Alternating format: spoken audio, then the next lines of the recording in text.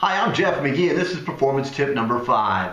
Sometimes in life we deal with people and situations that can start to become very negative and challenging. And the more negative and challenging they become, that a lot of times derails our performance activity.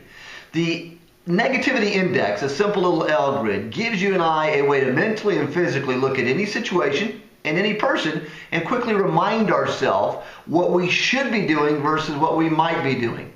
View this L grid as simply a vertical axis and a horizontal axis. And on the vertical axis, we would label it, measure it, or reference off of it, in essence, reality. The reality that you can do anything about a person or a situation. In terms of, in essence, high reality, I could do something, or on the axis line, low reality, I could not do something. The horizontal line, thus your thumb, that would be about impact. So the horizontal axis is all about impact.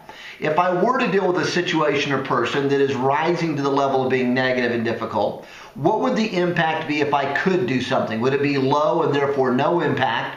Or would it be high and therefore great impact?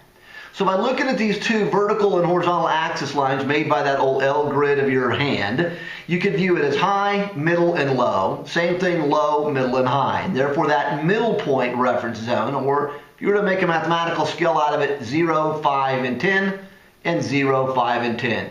At that 5 mark, you could dissect out and up, and thus you create 4 grids, 4, in essence, quadrants, if you will. Very quickly, let me give you labels for each of these 4 quadrants. It can save you tremendous time, energy, and anxiety in dealing with negative situations and difficult people. When you land in that bottom leftmost quadrant, which would in essence be implying and indicating that in reality you really can't do much about it and the impact wouldn't matter, the best remedy here is simply shut up and walk away. You want to spend a little percentage of life in this quadrant. These people and situations don't matter. Top left quadrant, in reality, while you could do something about it, the impact would be low, and again, that's not the best use of our time and energy. So again, low impact, even though you can do something about it, best to in essence walk away and drop it. We want to be investing a higher percentage of our time in this bottom right quadrant where in reality you may not be able to do much about it, but the impact would be great, and that's all about influencing those that can make a difference.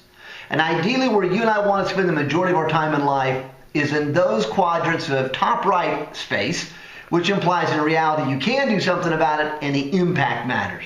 If you were to create a to-do list every day, recognize what percentage of time is in the top right quadrant, what percentage of time in bottom right, top left, and bottom left. Those 4 quadrants give you great insight as to where you spend time, and successful people limit the amount of time on the left side of that grid, and they increase the amount of time on the top side. I'm Jeff Magee. Thanks for watching this Performance Tip number 5.